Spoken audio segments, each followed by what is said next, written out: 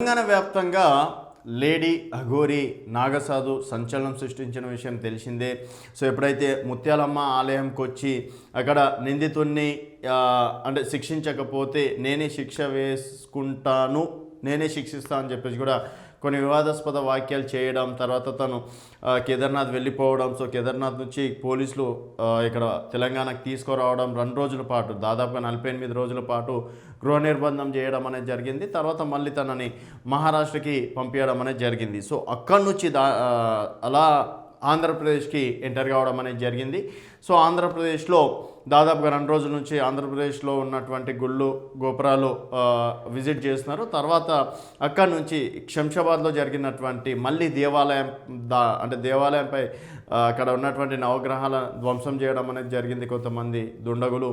So వారినైనా సరే శిక్షించాలి, లేకపోతే నేను ఇంకా సంథింగ్ వేరే వ్యాఖ్యలు చేయడం అనేది కూడా జరిగింది. సో మరి త్వరలో నేను తెలంగాణకు వస్తాను, నవంబర్ 20 తర్వాత నేను తెలంగాణకు రాబోతున్నానని చెప్పేసి కూడా చెప్పడం అనేది జరిగింది. ఈరోజు చూసుకున్నట్టయితే కాళహస్తిలో తనని అనుమతించాలి, లేకపోతే పెట్రోల్ పోసుకుంటా అని చెప్పేసి కూడా చెప్పడం, తర్వాత పెట్రోల్ పోసుకోవడం, తర్వాత అక్కడ ఉన్నటువంటి మహిళలు నీళ్ళు పోయడంతో కొంతమేరకు అక్కడ ఉద్రిక్తత వాతావరణం అనేది నెలకొన్నది. సో డెఫినెట్గా నేను శ్రీకాళహస్తిలో దర్శనం చేసుకోవాలి ఆ పరమశివుని అని చెప్పేసి కూడా తను పట్టిపట్టడం, తర్వాత సనాతన ధర్మం కోసం అవకాశం ఉంటే పవన్ కళ్యాణ్ గారిని కూడా కలుస్తాను. సో పవన్ కళ్యాణ్ గారు కనుక అపాయింట్మెంట్ ఇస్తే డెఫినెట్గా సనాతన ధర్మం పైన ఏ విధంగా పోరాడాలి అన్న విషయాలు, సనాతన ధర్మాన్ని ఏ విధంగా రక్షించాలన్న విషయాలు కూడా చర్చిస్తా అని చెప్పేసి కూడా ఒక ప్రముఖ ఛానల్లో చెప్పడం అనేది కూడా జరిగింది.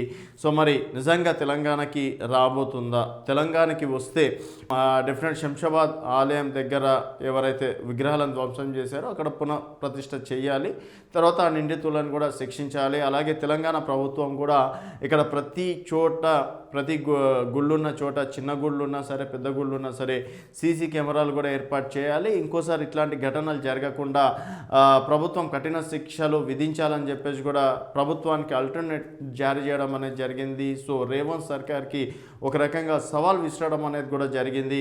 అలాగే ఈ గుళ్ళ ధ్వంసం పైన, గుళ్ళపైన దాడుల పైన కూడా కాంగ్రెస్ నేతలు వి హనుమంతరావు గారు కూడా స్పందించడం అనేది జరిగింది. కొంతమంది కావాలని ఈ విధంగా చేస్తున్నారు అని చెప్పేసి. అలాగే ఈ విషయంలో బీఆర్ఎస్ కూడా రాజకీయం చేస్తుంది.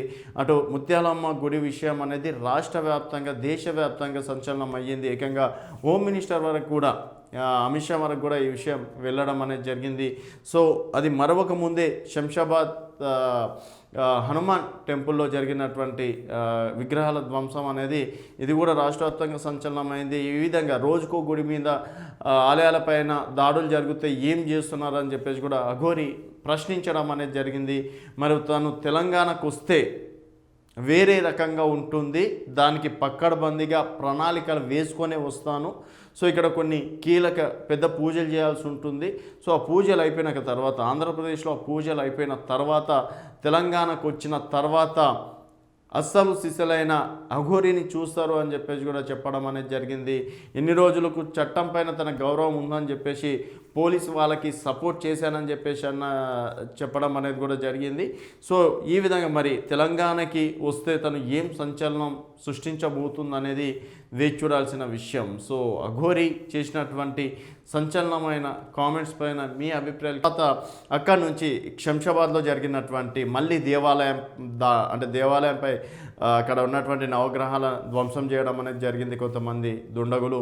సో వారినైనా సరే శిక్షించాలి, లేకపోతే నేను ఇంకా సంథింగ్ వేరే వ్యాఖ్యలు చేయడం అనేది కూడా జరిగింది. సో మరి త్వరలో నేను తెలంగాణకు వస్తాను, నవంబర్ 20 తర్వాత నేను తెలంగాణకు రాబోతున్నానని చెప్పేసి కూడా చెప్పడం అనేది జరిగింది. ఈరోజు చూసుకున్నట్టయితే కాళహస్తిలో తనని అనుమతించాలి, లేకపోతే పెట్రోల్ పోసుకుంటా అని చెప్పేసి కూడా చెప్పడం, తర్వాత పెట్రోల్ పోసుకోవడం, తర్వాత అక్కడ ఉన్నటువంటి మహిళలు నీళ్ళు పోయడంతో కొంతమేరకు అక్కడ ఉద్రిక్తత వాతావరణం అనేది నెలకొన్నది. సో డెఫినెట్గా నేను శ్రీకాళహస్తిలో దర్శనం చేసుకోవాలి ఆ పరమశివుని అని చెప్పేసి కూడా తను పట్టిపట్టడం, తర్వాత సనాతన ధర్మం కోసం అవకాశం ఉంటే పవన్ కళ్యాణ్ గారిని కూడా కలుస్తాను. సో పవన్ కళ్యాణ్ గారు కనుక అపాయింట్మెంట్ ఇస్తే డెఫినెట్గా సనాతన ధర్మం పైన ఏ విధంగా పోరాడాలి అన్న విషయాలు, సనాతన ధర్మాన్ని ఏ విధంగా రక్షించాలన్న విషయాలు కూడా చర్చిస్తా అని చెప్పేసి కూడా ఒక ప్రముఖ ఛానల్లో చెప్పడం అనేది కూడా జరిగింది. సో మరి నిజంగా తెలంగాణకి రాబోతుందా? తెలంగాణకి వస్తే డెఫినెట్ శంషాబాద్ ఆలయం దగ్గర ఎవరైతే విగ్రహాలను ధ్వంసం చేశారో అక్కడ పునః ప్రతిష్ఠ చేయాలి, తర్వాత ఆ నిందితులను కూడా శిక్షించాలి. అలాగే తెలంగాణ ప్రభుత్వం కూడా ఇక్కడ ప్రతి చోట, ప్రతి గుళ్ళున్న చోట, చిన్న గుళ్ళు ఉన్నా సరే పెద్ద గుళ్ళు ఉన్నా సరే సీసీ కెమెరాలు కూడా ఏర్పాటు చేయాలి. ఇంకోసారి ఇట్లాంటి ఘటనలు జరగకుండా ప్రభుత్వం కఠిన శిక్షలు విధించాలని చెప్పేసి కూడా ప్రభుత్వానికి ఆల్టర్నేట్ జారీ చేయడం అనేది జరిగింది. సో రేవంత్ సర్కార్కి ఒక రకంగా సవాల్ విసరడం అనేది కూడా జరిగింది. అలాగే ఈ గుళ్ళ ధ్వంసం పైన, గుళ్ళపైన దాడులపైన కూడా కాంగ్రెస్ నేతలు వి హనుమంతరావు గారు కూడా స్పందించడం అనేది జరిగింది. కొంతమంది కావాలని ఈ విధంగా